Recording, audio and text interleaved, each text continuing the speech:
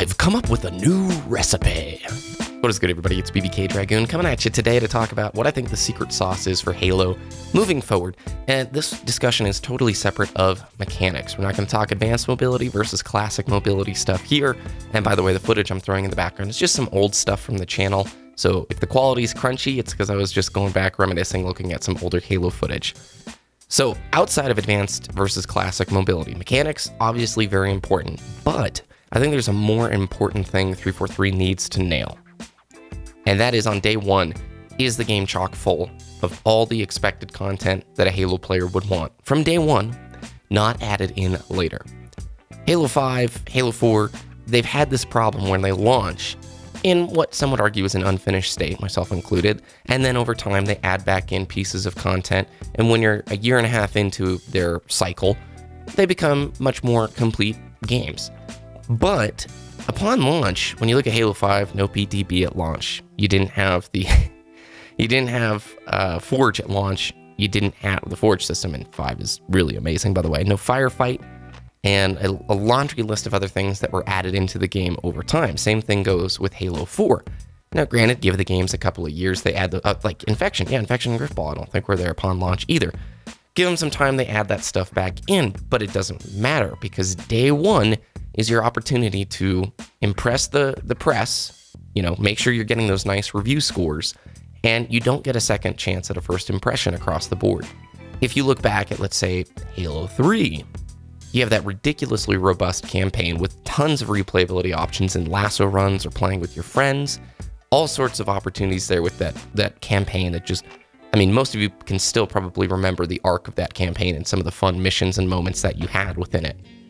And then you look at the multiplayer, which in my opinion represents probably some of my fondest Halo memories was Halo 3 multiplayer. The social side, the ranked side, custom games, Forge, immense replayability. And speaking of replays, you have the theater system that even give you campaign theater and more opportunities to share your clips with others and creations through the in-game hub. This is in a pre-popular YouTube world. YouTube did exist at the time, but it wasn't the same degree that it is currently. And so you compare and contrast the two of those things, and I remember on day one, when you boot up Halo 3, and you're just blown away at the amount of stuff there is to do. You're immediately satisfied with your purchase, dude. You're immediately stoked with the amount of value that's packed into the game.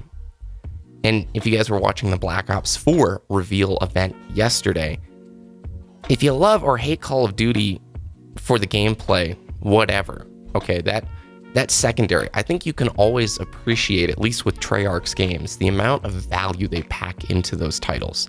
Yesterday, the theme of the entire conference was, this is the most replayable COD we have ever created.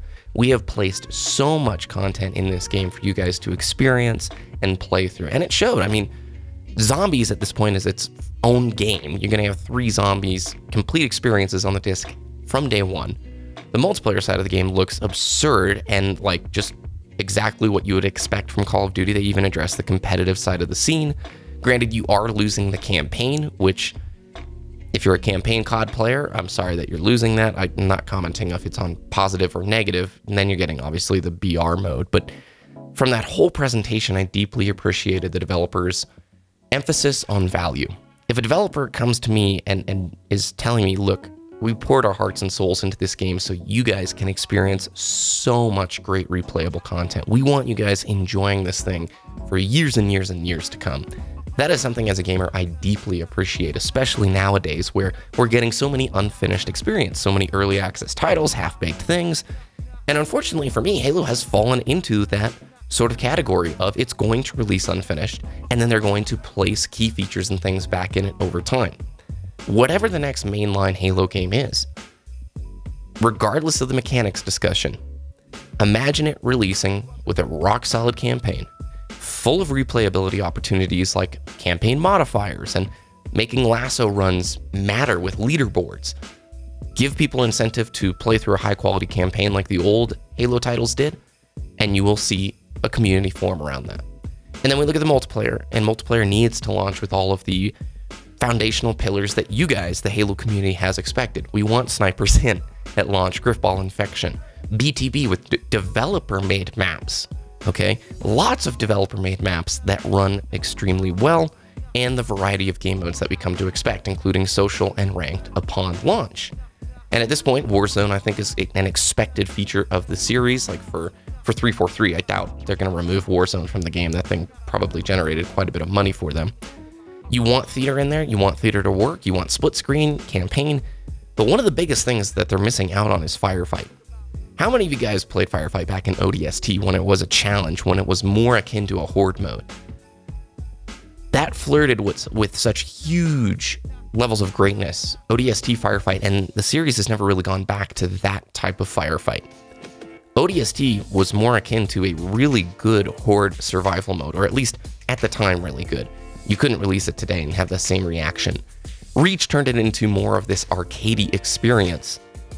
But you could create Firefight and attract a very similar audience to the Zombies players, man. Like, Firefight in and of itself, if done correctly with challenge, not made to be this arcadey thing or not tacked into Warzone, could be an immensely popular, hugely replayable side of the game.